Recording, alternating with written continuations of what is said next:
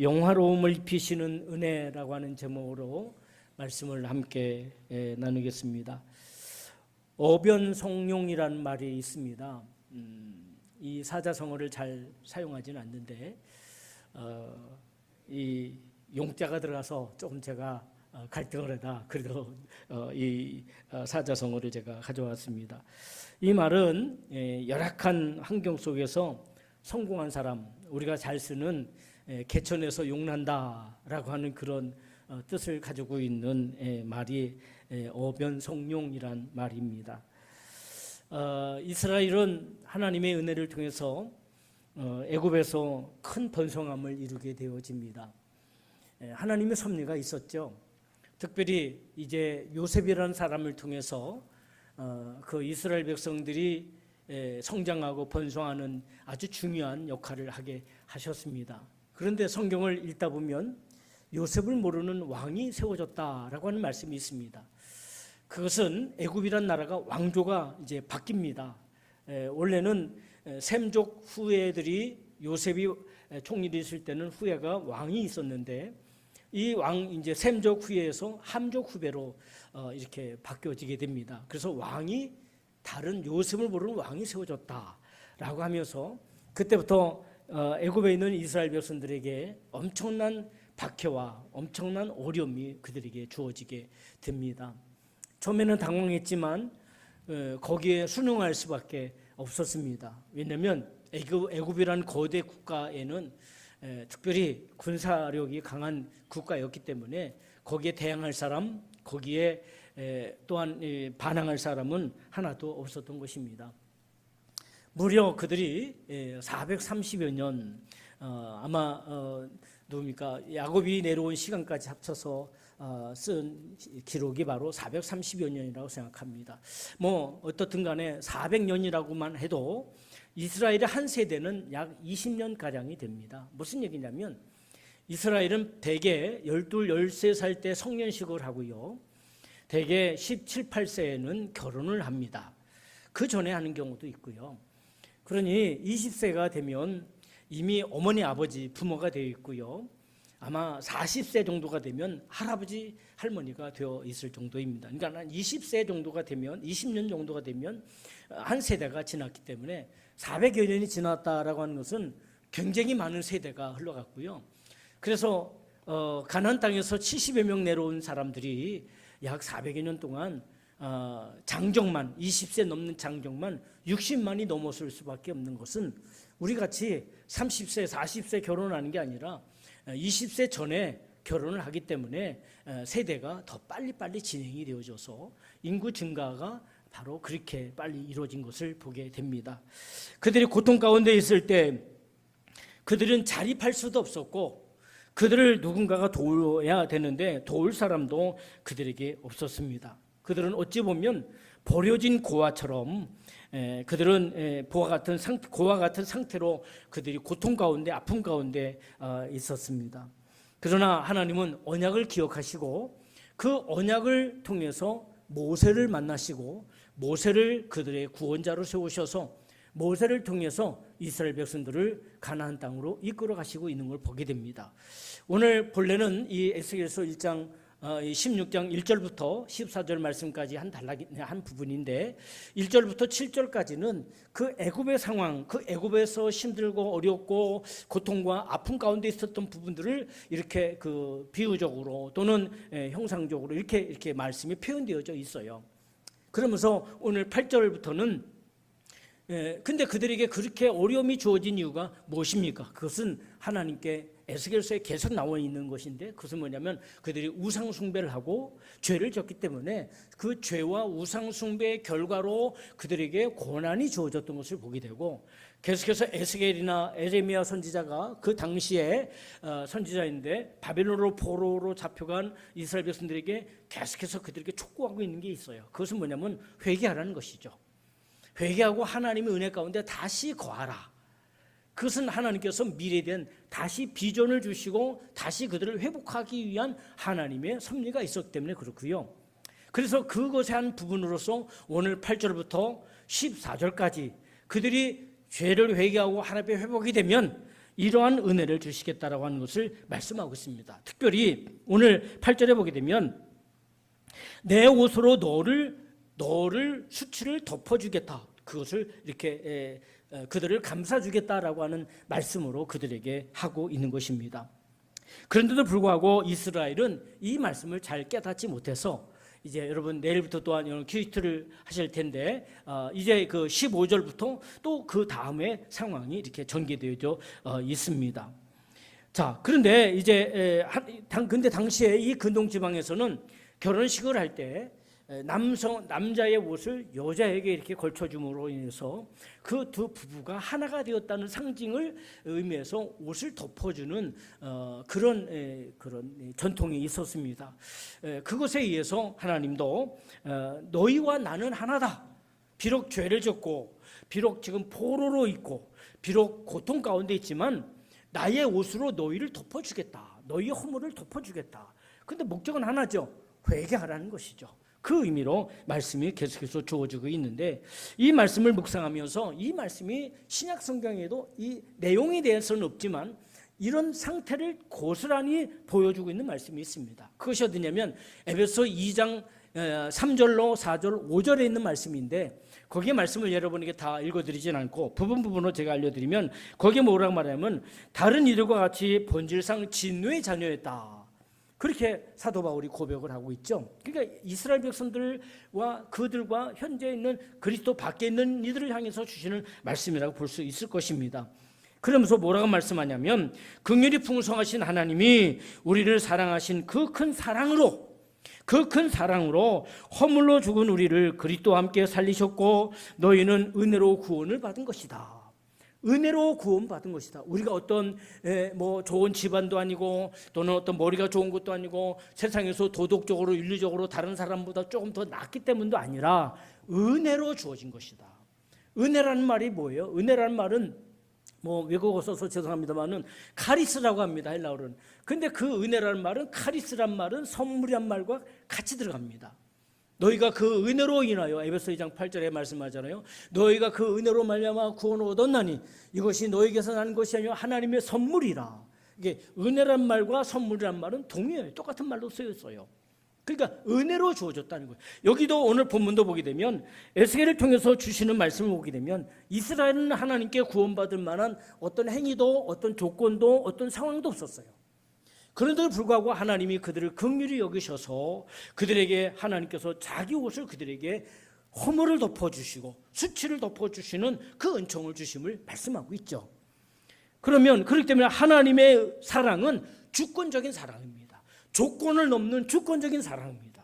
우리는 어떤 일을 할 때 조건을 따진단 말이에요. 너는 나하고 성격이 다르다. 너는 나하고 고향이 다르다. 너는 나하고 학교가 다르다. 너는 나하고 또한 인생관이 다르다. 어떤 그런 조건이 있어서 안 맞는 것을 얘기하는 사람이 있고 맞는 것을 얘기하는 사람이 있는데 하나님은 그 조건을 다 넘어서 주권적인 은혜로 그 주권적인 은혜라는 것이 뭐냐면 바로 사랑이라고 하는 것이요. 사랑. 그래서 요한복음 3장 16절에 우리가 너무 잘 아는 말씀을 우리가 알고 있잖아요. 하나님이 세상을 이처럼 사랑하사. 이처럼의 사랑이 바로 십자가의 사랑이고 이처럼의 사랑이 바로 부활의 사랑이고 이처럼의 사랑이 하나님 나라의 거처를 예배하시는 사랑이죠.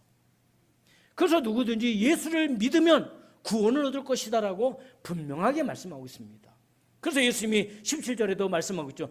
그 아들이 이 땅에 보내신 것은 세상을 멸하심이 아니요 세상을 구원을 얻게 하시기 위함이다.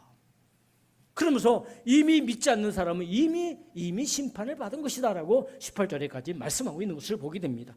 하여튼 하나님의 사랑은 주권적인 사랑인데 이 주권적인 사랑이 독생자를 통해서 우리에게 조건 없이 주어진 거예요. 유대 민족만 구원받는다, 뭐 게르만 민족만 구원받는다, 한 민족만 이게 없어요. 모든 사람, 어떤 사람이든지 예수님에게 나오면 구원의 은총이 임하는 것을 분명히 말씀하셨어요. 그래서 그 사랑은 조건을 넘는 사랑이라는 사실을 우리는 확신해야 합니다. 그래서 독생자이신 예수님을 이 땅에 보내신 것은 모든 사람들을, 이 땅에 있는 모든 사람을 구원하시기 위한 하나님의 섭리입니다. 다만 우리가 그 예수님을 믿어야 되는 거죠. 그 예수님을 영접해야 되는 것입니다. 예수의 생명이 내 안에 들어올 때 그 생명을 통해서 우리가 회복이 되어지고 우리가 하늘의 은총을 입게 되는 겁니다. 그래서 예수 믿는 사람들은 유독 안 믿는 사람을 향해서 예수 믿으세요, 전도를 하는 걸 한단 말이에요. 왜 하냐면 하나님의 생명을, 하늘의 생명을, 예수의 생명을 나누기 위해서입니다. 전도는 교회 몇 사람의 자리를 채우는 것이 아닙니다. 기독교인의 숫자를 늘리는 그것이 목적이 아닙니다. 물론 그렇게 하다 보면 그렇게 되겠죠. 그러나 그것이 진짜 목적은 아닙니다. 전도는 한 영혼을 구원하는 하나님의 사랑으로부터 시작되는 것이죠. 그래서 여러분, 유대인들처럼 우리를 향하신 하나님의 직접적인 은혜, 그래서 하나님이 인간의 역사 속에, 우리 잘 알잖아요. 그의 본체는 하나님이시나 하나님과 동등됨을 취할 것으로 여기지 아니하시고 사람의 몸을 입고 오셨다 그러잖아요. 에베소 2장에, 빌보서 2장에 나와 있는 말씀이잖아요. 하나님이 사람의 몸을 입고 인간의 역사 속으로 뛰어들으셨어요. 그게 예수입니다. 그래서 그의 근본은 하나님이시나 하나님과 동등됨을 취할 것으로 여기지 않으셨다. 요한복음 1장 14절에도 하나님이 사람의 형상을, 하나님이 말씀의 형체를 입고 오셨다라고 말씀하는 거죠. 그게 예수 그리스도이십니다. 그래서 그 예수님을 통해서, 예수님이 우리 인간의 역사 속으로 뛰어들으심으로 인간을 구원하시고 인간에게 새로운 비전과 인간에게 새로운 미래를 주시기 위해서 예수님이 이 땅에 사람을 입고 오셨고 사람으로 우리를 위해서 대신 죽으신 겁니다. 혹 의를 위해서 죽는 사람들이 간혹 있지만, 정말 죄인을 위해서 죽는 사람은 정말 그렇게 많지 않습니다. 거의 없습니다. 그것을 우리를 살리시고 우리에게 영생을 주시기 위해서 하나님이 선택하신 바로 하나님의 마지막 포질이었죠. 또 하나는 조건이 너무 인간이 좋지 않은데도 불구하고 하나님은 사랑을 확증하셨어요. 지금 이스라엘 백성들이 에스겔 선지자가 말씀하고 있는 이 시대, 사역하고 있는 이 시대는 어떤 시대입니까? 바빌론에 의해서 이스라엘이 점령당했고 그 점령과 동시에 수없이 많은 사람들이 바빌론이라는 나라로 끌려갔어요. 우리가 잘 아는 다니엘도 그 사람 중에 한 사람이죠. 다니엘의 세 친구도 마찬가지고요. 여러분이 잘 아는 에스더도 마찬가지입니다. 그렇죠. 그런데 오늘 본문에 나타난 이 상태도 마찬가지예요. 지금 에스겔도 바빌론의 포로로 잡혀가 있는 포로 신세예요. 그럼에도 정말 너무 열악하잖아요. 근데 이런 상황이 주어진 것은 그들이 하나님 앞에 우상을 숭배하고 죄를 짓고 악을 했기 때문에, 하나님 말씀을 떠났기 때문에 이런 정말 불행이 그들에게 주어진 거란 말이에요. 상황이 좋지 않지만 하나님은 그들을 포기하지 않으셨습니다. 그래서 로마서 5장 8절에 우리에게 말씀하시죠. 우리가 아직 죄인 되었을 때 그리스도께서 우리를 위해서 십자가 죽으심으로 나에 대한 하나님의 사랑을 확증하셨다고 했어요. 하나님의 사랑은 단순히 우리에게 오셔서 먹을 거 주고 입을 거 주고 안 되는 거 잘 되게 해주고 병 고쳐주고 이런 차원이 아닙니다. 하나님의 사랑은 인간의 본질적인 문제를 해결하시는데, 인간의 본질적인 문제가 뭐예요? 바로 죄이죠. 죄. 우리가 의롭기 때문에 예수님이 대신 죽으신 게 아니에요. 우리가 교회 열심히 다녔기 때문에 예수님이 대신 죽으신 게 아니에요. 우리 민족이 다른 민족보다 뛰어나기 때문에 주님이 우리 위해서 죽으신 것이 아니에요. 그래서 아직 우리가 죄인 되어 있을 때, 우리가 죄인으로 있는 상태, 하나님께서, 예수님께서 우리 위해서 십자가에 대신 죽으셨다는 거예요. 너무 잘 알고 있는 말씀이죠. 조건은 좋지 않지만 하나님의 사랑은 조건을 넘는 사랑인 것을 믿으시길 주의 이름으로 축복합니다. 그래서 어떤 민족이든 공부를 했든 공부를 하지 못했든 잘 살든 잘 살지 못하든 또는 잘생겼든 못생겼든 상관없습니다. 사람만 이런 걸 따져요. 저 사람 인상 좋다, 저 사람 인상 나쁘다, 저 사람 잘 사네, 저 사람 못 사네, 저 사람 공부 많이 했네, 저 사람 어떠네. 이 사람만 이것 따지지 하나님이 이것 따지지 않습니다. 하나님이 이것 따지면 저부터 시작해서 여기 없을 거예요. 천국 소망 갖지 못했을 거예요. 근데 하나님이 이거 안 따지시는 거예요. 그 하나님은 내 영혼만 보시는 거예요. 내 영혼만. 그래서 내 모습 이대로 주 받으시는 겁니다. 여러분의 그 모습 그대로 주님이 받으시는 것을 믿으시길 주의 이름으로 축복합니다. 내가 어쩌다 집안에 잘 태어나서 예수 믿는 집안에 태어나고 내가 어쩌다 사람 잘 만나서 그거 아닙니다. 하나님은 내 영혼 자체를 사랑하시는 거예요. 내 돈 사랑하지 않으세요? 내 외모 사랑하지 않으세요? 내 조건 사랑하지 않으세요? 내 영혼만 그냥 사랑하시는 거예요. 그게 하나님 사랑이에요. 또 하나는 여러분, 죄인을 구원시켜서 거룩한 교회에 우리를 함께 동참하게 하는 거룩한 교회에 포함을 시켰습니다. 교회라고 하는 말은 우리가 생각할 때 교회라고 하면 십자가 달린 곳이 교회잖아요. 여러분, 유럽을 가보면요, 유럽에는요 개신교회에 그 종각 위에 십자가가 그려져 있지 않습니다. 뭐가 그려져 있냐면 닭 모양이 그 위에 붙여져 있어요. 왜 닭 모양이 붙여진지 아시죠? 베드로가 닭 울음소리에 깨어났잖아요. 물론 십자가가 붙어 있는 데도 있어요. 그러나 그 종각 위에 닭의 모양이 이렇게, 그거는 닭을 하나의 우상시에 삼는 게 아니라 베드로를 깨운 그 닭을 상징해서 거기에 붙여놓은 거죠. 교회라고 하는 것은 건물을 상징하지 않습니다. 우리는 건물을 다르게 성전이라고 말합니다. 이 성전이란 말은 헬라어로는 대성형용사, 히에논 토, 다시 말하면 중성명사로 쓰여졌어요. 그런데 교회라고 하는 말은 여성명사로 쓰였단 말이에요. 에클레시아라고 쓰여져 있단 말이에요. 그래서 교회를 신부라고 말합니다. 오늘 여기도 왕후라고 표현되어져 있어요. 내가 인간적인 성의 구분에 의해서 나는 남성이냐 여성이냐 이런 차원이 아닌 거고요. 모든 믿는 이를 향해서 여성 명사로 쓰였어요. 교회라고 하는 말이 그렇게 쓰였어요. 그리고 예수님은 신부고 우리는 예수님은 신랑이고 우리는 신부라는 거예요. 그만큼 예수님과 우리는 굉장히 가까운 관계라는 거죠. 부모와 자식도 일촌이지만 부부는 무촌이란 말이에요. 잘 알고 있죠. 자, 그래서 여기도 마찬가지예요. 그래서 우리를 하나님께서 구원하셔서 거룩한 교회에 포함시킨 거예요. 그래서 우리는 교회인 거예요. 나도 교회이고 여러분도 교회인 겁니다.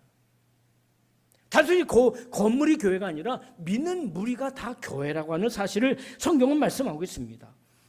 그래서 하늘과 땅에 권세를 주셨습니다. 예수님이 마태복음 16장에 말하잖아요. 하늘과 땅에 권세를 내게 주셨어요. 그건 뭐냐면 교회에 주신 말씀이죠.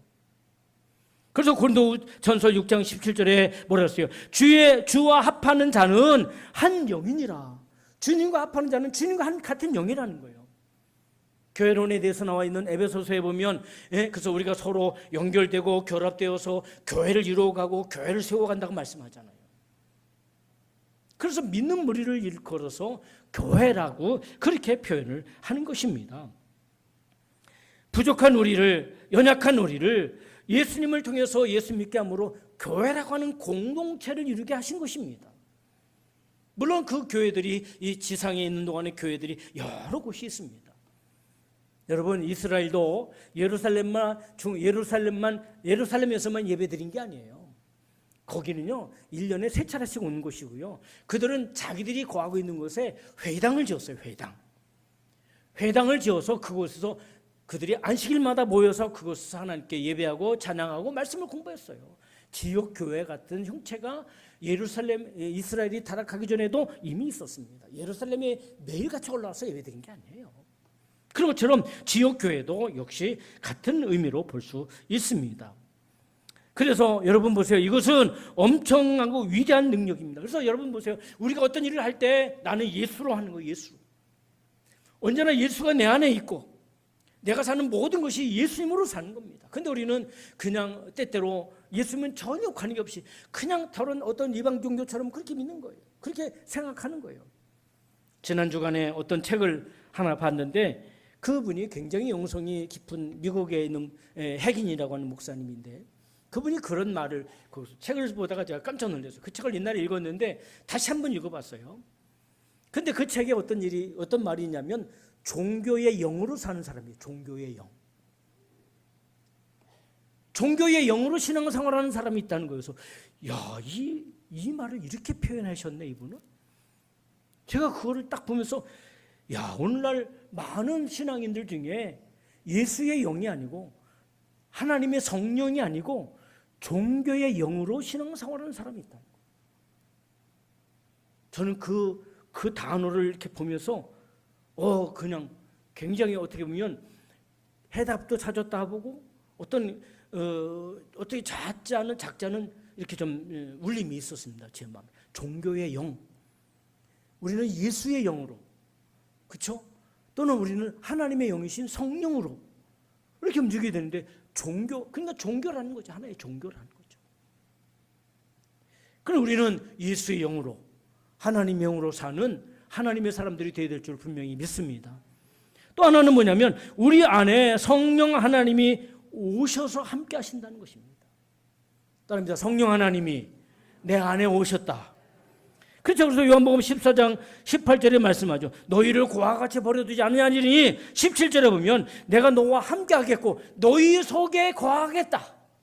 누가? 성령이 우리와 함께 하시고 그게 임마누엘이에요. 그게 임마누엘.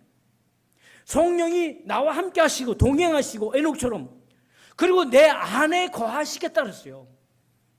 그게 고린도서 3장 16절에 있는 내가 너희 안에 거함으로 너희가 하나님의 성전이다라고 그러셨어요.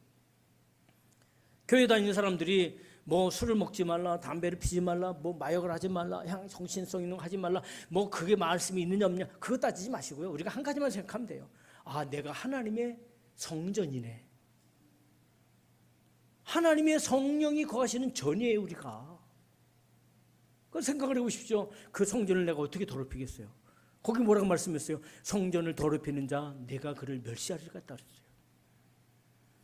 자, 그러면서 요한복음 뭐라고 말씀했습니까? 요한복음 14장 20절에 내가 아버지 안에 너희가 내 안에 내가 너희 안에 있는 것을 너희가 아니라 내가 아버지 안에 너희가 내 안에 내가 너희 안에. 우리 주님과의 관계예요. 우리 주님이 하나님 안에, 우리가 주님 안에, 주님이 내 안에. 그러니까 우리에게 주어져 있는 성령 하나님이 내 안에 와 계시다는 거. 오늘도. 그래서 여러분 성령의 능력이 임하신 후에 우리에게 응답은 귀로 들리는 경우도 있긴 있지만 대개는 우리 안에 계신 성령을 통해서 주어지는 거예요. 귀로 들려지는 응답은 대개 15% 20%밖에 안 됩니다. 그것도 안 될 수도 있어요. 성령 충만한 사람은 그 사람 속에서 성령이 말씀하시는 거예요. 여러분 본문의 말씀을 잠깐 하고 이제 말씀을 마무리하며 가겠습니다. 오늘 본문에 보게 되면 무슨 말씀이 있어요? 오늘 8절에 보면 사실 이 16장은 가증한 예루살렘에 대해서 말하는 거예요. 예루살렘이 가증하다. 그래서 이 16장 2절에 보게 되면 그랬어요. 인자야 예루살렘으로 그 가증한 일을 알게 하며, 그래서 예루살렘의 가증한 일을 쭉 얘기하면서 8절부터 오늘 말씀이 본문이죠. 8절부터 말씀해 주시는 것이 있어요. 그래서 여기 보면 예루살렘을 신부로 삼겠다.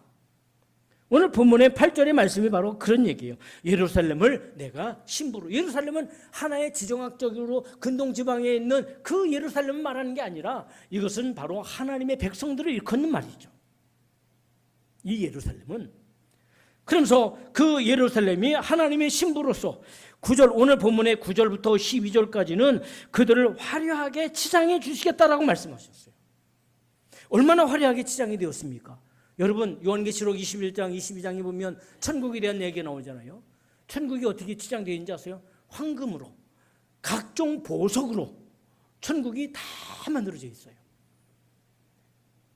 우스갯소리로 그런 얘기 있잖아요. 어떤 사람이 죽었는데 죽으면 가져갈 수는 없는데 이게 우스갯소리예요. 어떤 사람이 뭐를 보따리에다 갖고 왔대요. 그 보따리 뭐냐 그랬더니 이거 금입니다. 한번 열어봐라 봤더니 야, 그 똥금을 왜 갖고 왔냐? 한나라에는 최고의 금이 깔려 있거든요. 아무 짝이 쓸모없는 금이죠. 그 한나라에서는. 한나라의 그 영광스러움과 화려함을 요한계시록에서 말씀하고 있는데 오늘 여기도 보게 되니까 여기 오늘 본문에도 9절부터 보게 되니까 얼마나 화려하게 그 신부들이 치장되어 있습니까? 그러면서 13절에 보게 되면 그들을 왕후의 지위를 주겠다. 왕의 아내예요. 그렇죠? 왕비잖아요. 왕후의 지위를 주겠다. 또 14절에 보게 되면 예루살렘의 명성을 회복하겠다. 그것을 모든 이방인들이 그 명성을 얘기할 거다. 정말 명예로움을 얘기하겠다라고 하는 얘기를 해주고 있습니다. 어떻게 이런 은혜가 주어집니까? 회개하고 하나님 앞에 서는 사람에게. 그래서 그러려면 오늘 우리에게 그것을 베드로가 알려주고 있는데 베드로가 사도행전 2장 38절에서 그런 말하죠. 왜? 사람들이 베드로가 성령이 충만해 말씀을 전할 때 사람들이 그 말씀을 들으면서 마음에 찔림이 있었어요. 그들이 베드로에게 와서 말합니다. 우리가 어찌할꼬 어떻게 하면 되겠습니까? 라고 말할 때 베드로가 사도행전 2장 38절에서 그렇게 말하죠. 너희가 회개하여 각각 예수님의 이름으로 죄 사함을 받으라. 그랬어요. 너희가 회개하여 각각 죄 사함을 받으라. 우리 인생의 관문은, 신앙의 관문은 뭐예요? 믿음이지만 그 신앙의 첫 번째 관문은 회개입니다. 회개. 얼마나 회개가 중요한지 몰라요. 여러분 부끄럽지만 저희 아들이 목사잖아요. 천안에서 사역을 하고 있어요. 청년 사역을 하고 있습니다. 근데 수련회를 가는데 이번에는 기도에 대해서 하나님이 감동을 주셔서 기도에 대해서 말씀을 준비했대요. 근데 첫 번째 설교가 준비가 안 돼서 어떻게 하면 좋을지 너무너무 고민스럽다고 얘기를 하는 거죠. 제가 그랬습니다. 모든 것의 시작은 회개다 그랬어요. 진짜 기도가 응답되고 진짜 기도가 능력 있는 기도가 되려면 회개부터 시작해야 된다. 오직하면 예수님이 오셔서 회개하라 천국이 가까웠다. 세례 요한이 와서 회개하라 천국이 가까웠다. 베드로도 은혜 받고 그들에게 전한 말씀이 회개하라는 말씀이었습니다. 회개가 시작돼야지 기도가 시작될 것이다. 회개가 시작돼야지 영적인 부분이 시작될 것이다. 제가 힌트를 줬죠. 모르겠어요. 지난 주간에 갔다 왔다고 했는데 어떻게 됐는지 전 그 얘기는 바빠서 서로 이야기할 새가 없었습니다. 회개가 우리의 삶을 바꾸는 거예요. 그래서 우리가 여러분 회개 없이는 하나님의 자녀도 될 수 없고, 우리가 회개 없이는 여러분 하늘나라도 없고, 우리가 회개 없이는 거듭남의 은혜가 있을 수 없습니다. 회개가 신앙의 첫발입니다. 첫걸음입니다. 여러분 회개가 있는 곳에 회복이 있고, 회개가 있는 곳에 하늘나라가 있고, 회개가 있는 곳에 오늘 이 예루살렘의 은총을 주신 것처럼 그런 은총과 은혜가 주어지는 것을 여러분들이 믿으시기를 바랍니다. 그래서 무슨 문제를 만나면 누구를 원망하고 누구를 탓하고 누구에게 책임 전가할 것이 아니라 먼저 자신을 돌아보고 내 안에 있는 죄를 먼저 하나님께 끄집어내서 하나님께 회개해야 됩니다. 그래야 제대로 보이는 거예요. 그들은. 그렇지 않으면 내 죄가 내 눈을 가리고 내 죄가 내 귀를 가리고 내 죄가 내 마음을 가린단 말이에요. 그러면 하나님의 은혜를 입을 수가 없습니다. 회개는 귀를 여는 방법이고, 회개는 눈을 여는 방법이고, 회개는 마음을 새롭게 하는 출발점인 것을 믿으시기를 주의 이름으로 축복합니다. 이런 예루살렘의 복과 명성을 얻기 위해서 우리는 두 번째는 하나님의 사명자로 사는 것입니다. 아니 어쩌다가 교회 나가게 됐어, 어쩌다가 이런 직업을 갖게 됐어, 어쩌다 이런 일을 하게 됐어, 그게 아니에요. 어쩌다가 아니라 내가 하나님의 사명자로, 여러분이 일터에서 일하는 것도 사명입니다. 여러분 영국의 산업혁명이 얼마나 왜 이렇게 위대하게 능력이 된지 아십니까? 그들에게 중요한 것이 있었어요. 그건 뭐냐면 그들이 직업에 대해서 천직의 개념이 있었습니다. 내게 주신 모든 직업은 하나님 주신 직업이다. 그 천직이 된 개념이 영국의 산업혁명을 촉진시켰고 그거를 능력 있게 만드는 거예요. 그들이 그 일을 할 때 그냥 했겠습니까? 기도하면서 하나님이 주시는 지혜를 통해서 그 산업혁명을 만들어간 거예요. 사실은. 그런 것처럼 하나님의 사명자로 사는 것입니다. 하늘의 사명자로 사는 것입니다. 디모데전서 6장 11절로 12절에 보면 우리에게 믿음의 사람은 우리는 경건하게 살아야 됨을 말씀하고 있어요. 일일이 다 여러분에게 얘기하지 않겠습니다. 그러면서 거기 뭐라고 말씀하냐면 오직 너 하나님의 사람아, 오직 너 하나님의 사람아 믿음의 선한 싸움을 싸우라 그랬어요.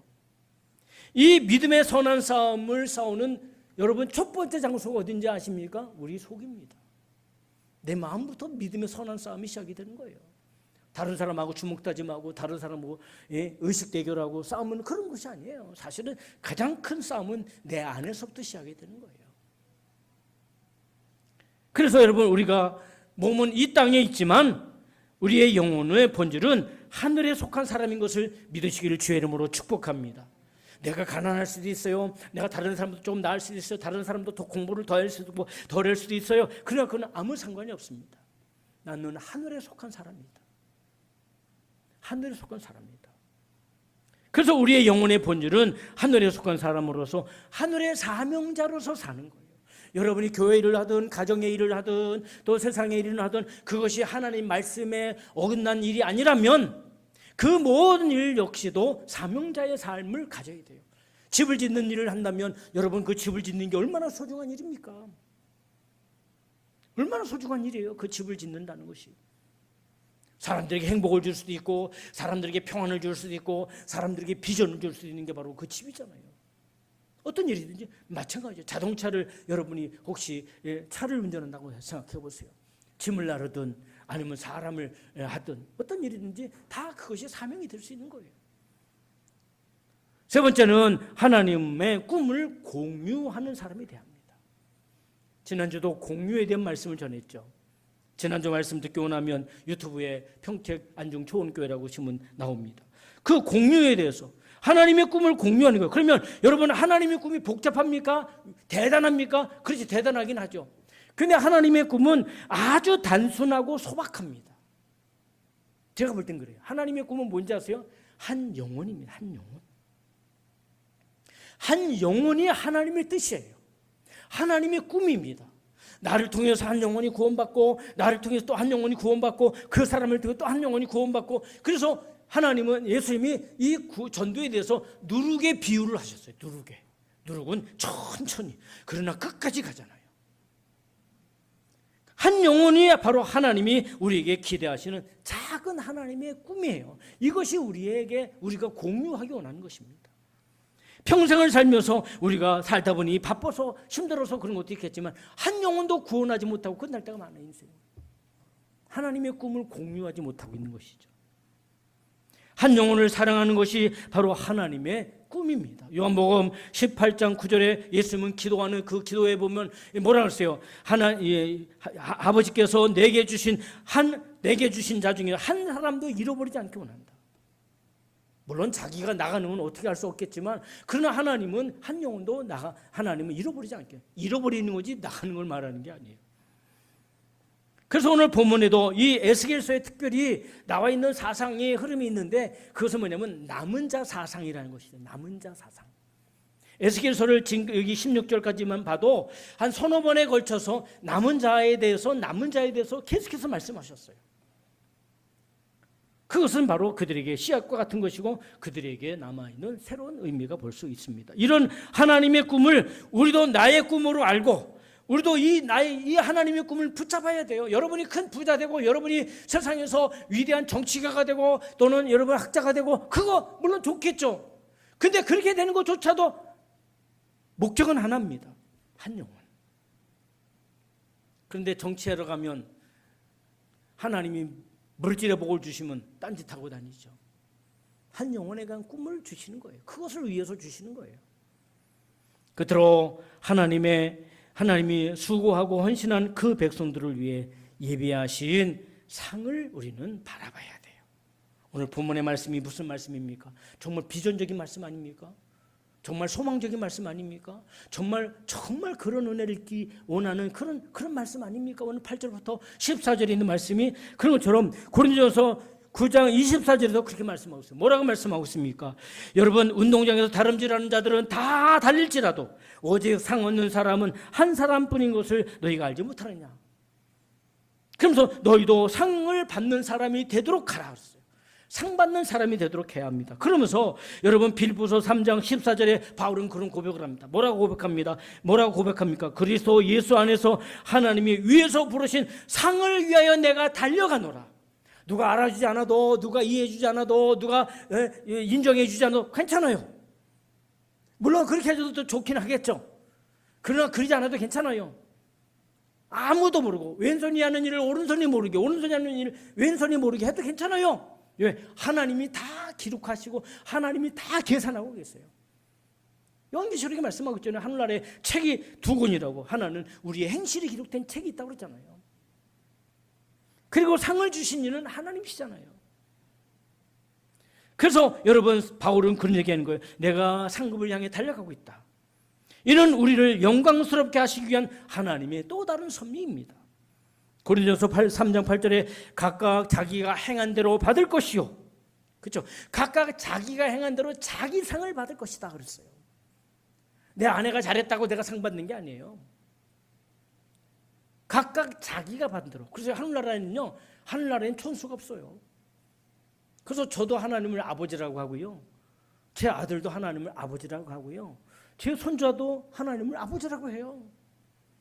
그러니까 그 영적인 세계를 모르니까 옛날에 한국 사람들은 어떻게 했어요? 그 주자 성리학에 이렇게 딱 틀에 막혀 있는 우리나라 사람들은 기독교는 위도 아래도 모르는 정말 그런 기독교라고 했죠. 근데 영적인 세계는 그래서 나도 하나님은 아버지고 나하고 하나님과의 그런 관계예요. 우리 아들도 하나님과 그런 관계고 우리 손주도 그런 관계인 거예요. 각각 자기가 일한 대로 자기 상을 받으리라. 이제까지 에스겔은 암울한 예언을 계속해서 해왔습니다. 그런데 오늘 본문에서는 이렇게 하신 하나님의 의도를 보여주고 있습니다. 그것은 다름이 아니라 백성을 존귀하게 여기시는 거예요. 따라합니다. 하나님은 나를 존귀하게 대하신다. 그러니까 당신의 아들을 주신 거예요. 나를 구원하시려고. 나를 구원하기 위해서 당신의 아들과 바꾸신 거예요. 그게 십자가의 사랑인 거예요. 바울은 그래서 고린도서 9장 23절에 내가 복음을 위하여 모든 것을 행함은 나를 복음에 참여하고자. 그게 오늘 우리를 하나님의 나라의 일에, 하나님의 영광에 참여하게 하려고 오늘도 이 말씀을 주신 것을 여러분이 기억하시고, 이런 영광스러운 것으로 우리가 위치 이동하고 우리의 삶이 이동되어져서 하늘의 은총과 은혜를 입는 사랑하는 모든 성도들이 되시기를 주의 이름으로 축복합니다. 아멘. 다 같이 일어나셔서 우리